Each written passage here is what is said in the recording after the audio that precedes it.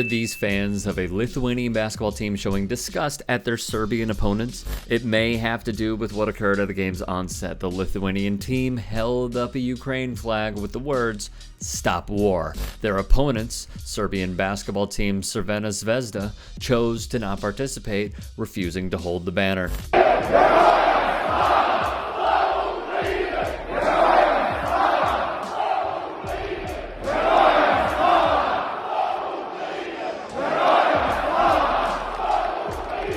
And thus the chants kept coming from supporters of Lithuanian team Zalgiris. Fans continued expressing their displeasure throughout the game because of Zvezda's intentional gesture to diss Ukraine and in turn, it appears, Lithuania. The rest of Europe is anxiously anticipating Vladimir Putin's next move, especially true for Lithuania, which shares a border not only with Russia, but with the Putin-allied Belarus as well. Despite the country's precarious geographic position, however, the Lithuanian government took a historic step over the weekend, becoming the first European Union member to fully cut ties with Russian gas. So with that being stated, looking ahead to 5 more years in power, Serbian President Aleksandar Vučić hailed his win as a historic victory. But looming over the entire affair was the shadow of the war in Ukraine. Serbia has long been a traditional ally of Russia, but it also wants good relations with the West, as it aspires to membership of the European Union. Serbia joined a UN resolution condemning the Russian invasion,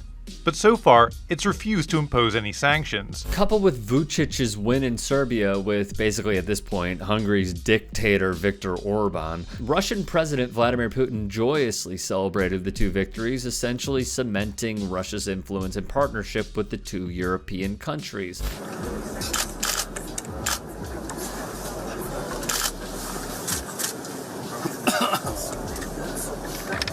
And yes, that is Orban and Vučić waving to no one. In the elections for both countries, the Organization for Security and Cooperation in Europe, which monitored both elections, said the votes were shaped by an uneven playing field that gave undue advantages to the ruling parties. They pointed out the opposition was barely able to get on state media.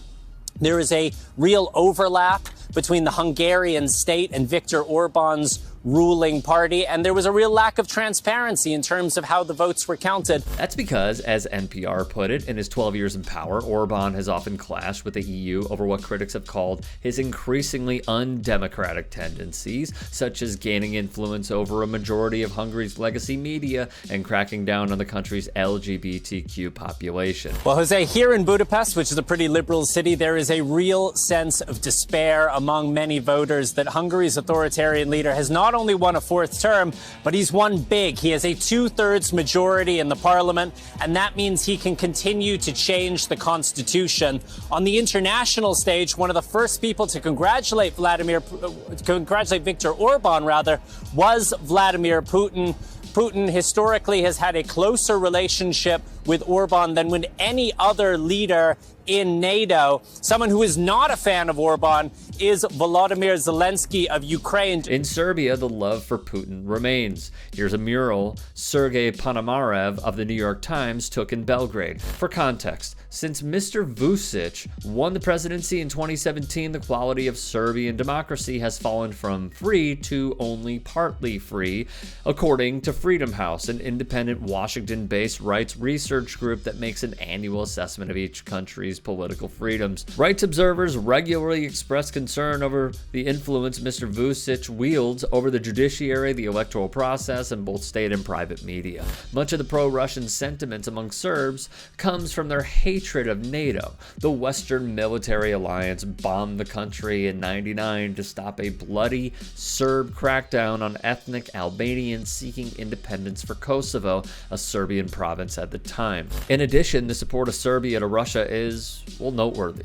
The Associated Press reported there were thousands of Serbs who turned out for pro-Putin rallies, waving Russian flags and displaying the letter Z, a symbol seen on Russian military vehicles in Ukraine. The support for Moscow makes Serbia somewhat of an outlier in Europe. See, the basketball game between Zvezda and Zalgiris was a backdrop to the current situation at hand in both countries. As always, Sports is the microcosm of society.